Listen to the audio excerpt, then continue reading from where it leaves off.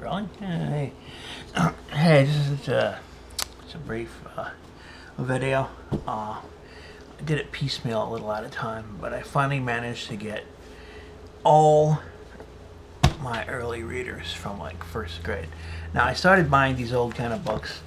Um, like I bought this on the internet just like I don't know a year or two ago.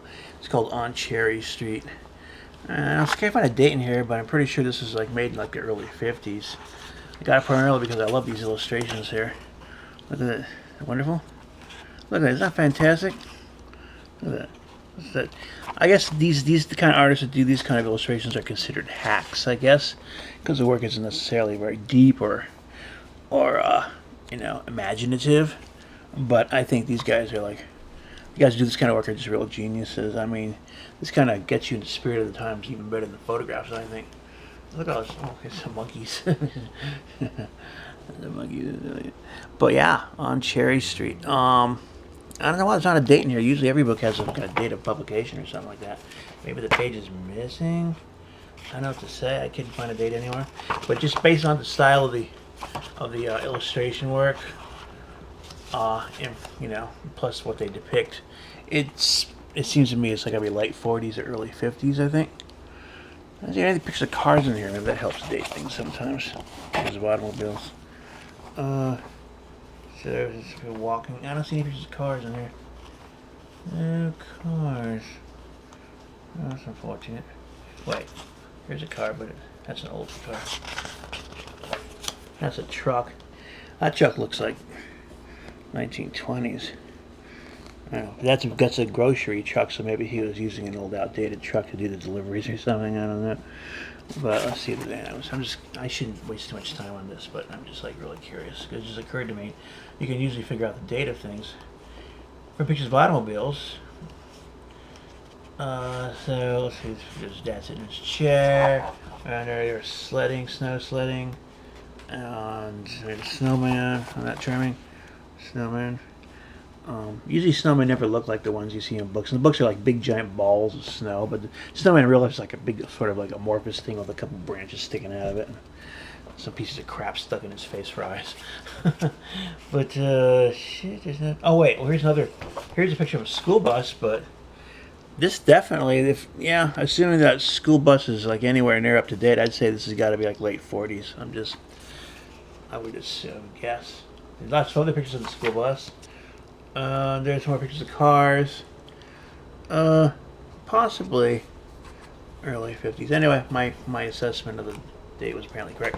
Yeah, and of course I showed you guys this one here, Benjamin in the Woods, which wasn't a school-issued book. What my grandparents got me. I was supposed to like teach myself to read from, but I never did. I just like looked at the pictures. I mean, I was like really little, must have been 3 or 4 when I got this thing. Anyway, so then I got these books. Now all these books, these early readers, the Janet and Mark series, they're all written by Mabel O'Donnell, who apparently wrote a lot of children's books. I think she started in the late 40s writing. What are these? Alice and Jerry. And then I guess there was an English version of that called Janet and John, or maybe it's the other way around, I don't know. But she started writing those kind of books in 1946. And she came out with this one. I guess she sold this series of books to the schools, at least to LA Unified Schools, like around 65 or 66. She was like in her 80s, I guess. It's funny though, in all the information I found about Mabel O'Donnell on the internet, they never make any mention of the Janet and Mark books. So possibly I'm thinking like maybe that the stories in Janet and Mark are just like retold or repackaged from the Alice and Jerry series. I don't really know. But they're illustrated by some woman named Beatrice Darwin. I couldn't find any information about her at all on the internet. She did an awful lot of illustrating for children's books. But she seems to have like been active like the early to mid part of the 20th century, same as Mabel. And in all these Janet Mark books, they also have a lot of like other parts of the some guest artists doing various parts, I guess, where they're like trying to draw like kids or something like that. But kids, I can take my word for it, people, kids don't like it when you try to draw like them for their kids' books, because a kid can always tell a kid didn't really draw that stuff.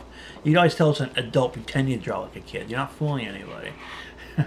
It's because you put some like backwards letters or numbers in there and stuff like that, and like make everything look really crude with like, smiley faces and stick hands and a sun shining in the background. You're not fooling anybody. Kids aren't that dumb. So this is great stuff. I mean, I'll go into more detail about some of these books later, but I'll just got that stuff going on there. I want to talk about some of the strange things I've noticed in the stories and illustrations of these books, which, although one can always say like, well, when you put a picture together or a story together, it involves a lot of random elements. I'm older I get, the more I think like everything you see, like in a movie, everything you see in a movie is put there intentionally by the director. There's no random stuff unless it's like a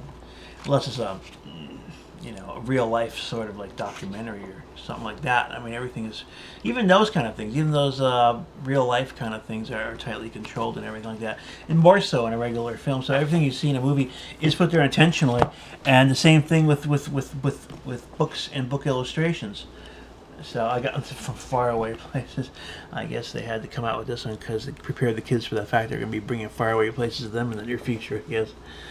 But, so this is great stuff. I got from Faraway Places, Outdoors and In, Just for Fun, and Janet and Mark, which I did a review of already, but I'll do more in-depth commentary on the illustrations and the stories. City Days and City Ways is actually a teacher's edition I got by accident, and it also has Just for Fun in here. I didn't mean to get the teacher's edition, but that's what they sent me. But it has both books, complete books in here, and then marvelous illustrations in the daily life of Janet and Mark. And Mom goes with Janet on the bus to do some shopping, and Dad takes the car. He takes a VW Bug. So they got Mark needs a jacket. And what's the part where they go to the bus? I love when they go on the bus. They go into the city. But yeah, that's right at the beginning of the story. And there's a real and make believe, which has a lot of this kind of like cartoony kind of stuff in it. But there's also a traditional Janet and Mark stories near the back. And there's Anne and Dave together. Oh dear, there's no Janet and Mark here, just Anne and Dave. Oh, and remember this as cross as a bear. Remember this story. When a boy gets mad, he gets cross as a bear. This is a story about Mark is having a real bad day, and he's really pissed off about something. And he calms himself down by doing some artwork or something like that. Because you can tell he probably related to this story a lot when I was a kid. So yeah, and so they're there. Mom's looking at this wonderful artwork. Mom's always interested in your artwork. And there's another funny animal story. And yeah, let's get some about squirrels, I guess. Fox, a horse. And I think that's Anne's dad works with horses. Has a pony ride thing, I guess he runs. And yeah, so it's interesting. And of course, Anne and Janet make their own book. Anyway, so yeah, so that's fun. And then All Through the Year, I like this one. I love this book. All Through the Year is gotta be one of my favorites ones. The stories in here, I love the stories in here.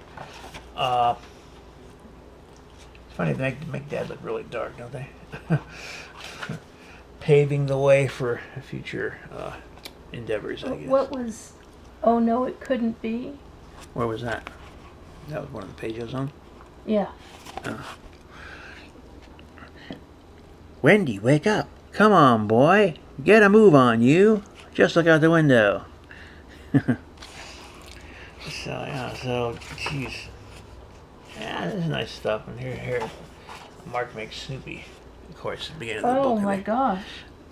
Wow. They make it plain they got permission from, what was his name, Charles Schultz before they did that. Oh. So yeah, this is interesting. It's like the richest, most important man of the town was named, oh, I don't remember, Mr. Applegate, I think, and he was an artist. And he had, sort of a Semitic appearance, I suppose. But I guess he helped the kids that had like a big snowman contest or something like that, and he helped them make some creative snowman ones. I mean, look at that! Look at it! Wow, that reminds me of kind of my school, but without the Mexicans that I went to. So, and then Around the Corner is a good one too. I like this one. Of course, this has, yeah.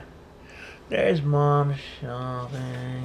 Oh, Mr. Green. I already talked about this one. Mr. Green takes Mark on a fishing trip. Yeah, I don't know about that. Then then there's one part where Mark goes into Mr. Green's store with a nickel. He's like, "What can I get for a nickel?" Mr. Green goes, "For a nickel, I'll give you a pickle for a nickel." I'm thinking like, what kind of stuff are they putting in kids' heads? Some large black man offering to give a little white kid his pickle for a nickel. I mean, that sounds kind of weird to me, but I'm just saying. Yeah. So this is what I've sort of been doing lately. You get these books really cheap. I mean, not too many people are interested in them, which is good for me. And yeah, Mabel O'Donnell died in 1985, and she was like 95 years old. And she didn't even start writing until like 1946. So I guess she was already in her 50s. Now, of course, she only writes like children's books. How taxing could that possibly be? But it's interesting, when she started, she was in teaching, I guess, or administration or something, working with kids in schools, I think. And then in 1946, she just started like pumping out all these like very popular kids books, and then I guess got contracts to actually make textbooks for the school. So it's kind of interesting. And like I said, I couldn't find out anything about Beatrice Darwin on the internet. There was like no information about her. There are a lot of pictures of her artwork, but I couldn't find any biographical information. I couldn't tell you like what connection there was between Beatrice Darwin and Mabel O'Donnell, or if they knew each other in their regular life or anything. I couldn't find anything at all. But yeah, so this is a quick video just to sort of show you the books I got, and yeah, there's a lot of very interesting little anomalies I noticed in the illustrations and the storylines that I think will be kind of amusing for me to point out, but I'll just save that for another time. I'm sort of tired. It's been a long day for me, and I'm winding down, so maybe hopefully when Kara and I are back on the same sleeping schedule, maybe we could do the videos like a couple hours after I get up, when I think I'm at my best, and I give you more of a energetic imaginative presentation instead of this tired, kind of, worn down kind of version of myself that you're getting right now. Alright guys, I'll see you next video. Bye.